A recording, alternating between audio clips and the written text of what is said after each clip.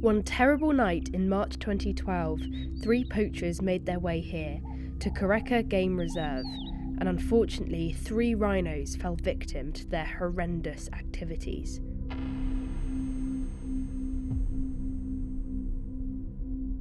The first male was found dead, the second died 24 days later. Leaving just one female who was actually found on the very spot that I'm standing now. Nobody thought she would survive, her injuries were so severe, and yet 10 years on, she's not only thriving, but she's mothered 4 calves as well. What an incredible thing that is. But utterly heartbreaking was that footage, which spread all around the world. And Simon Jones from the UK, who had previously volunteered here on the reserve, was so gut-wrenched by what he saw that he knew he had to do something. So he set up Helping Rhinos to help protect these animals forevermore.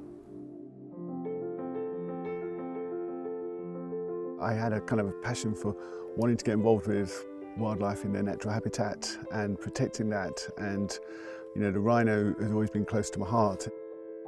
We started from a blank piece of paper, really, not quite knowing what direction Helping Rhinos would go in, and yet here we are a decade later.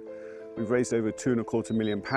We've got our headquartered offices in the UK, we've got offices in the US and now in the Netherlands as well.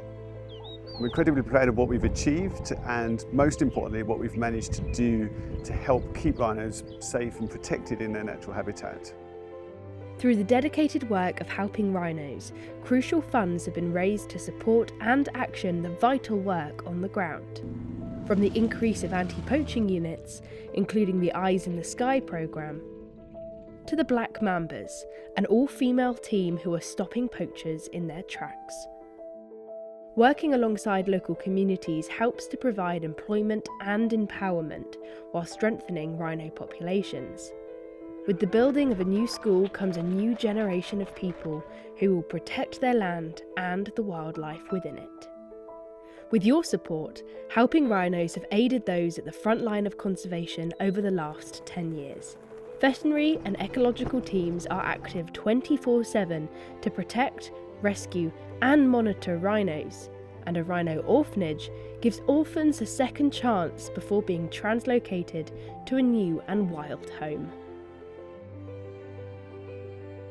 There is a lot more that still needs to be done if future generations are able to see rhinos living in the wild and not just on the pages of a history book.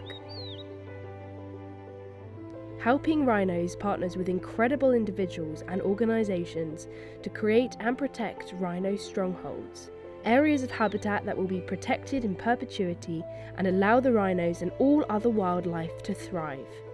These landscapes will play a key role in addressing biodiversity loss and climate change through the creation of healthy ecosystems. As we move into the next decade and beyond, we will and we have to achieve success in terms of this rewilding and restoring of wild spaces.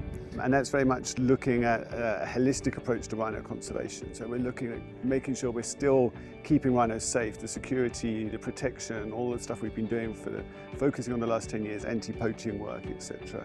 And we need to work at rewilding and restoring this habitat if rhinos and other endangered wildlife have a future on our planet.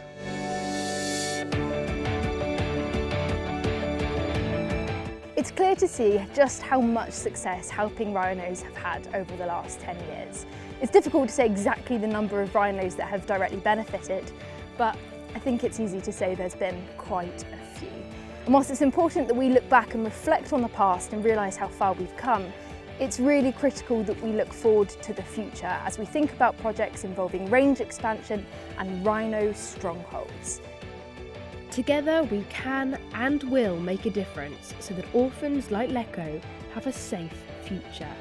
Get involved and show your support by visiting our website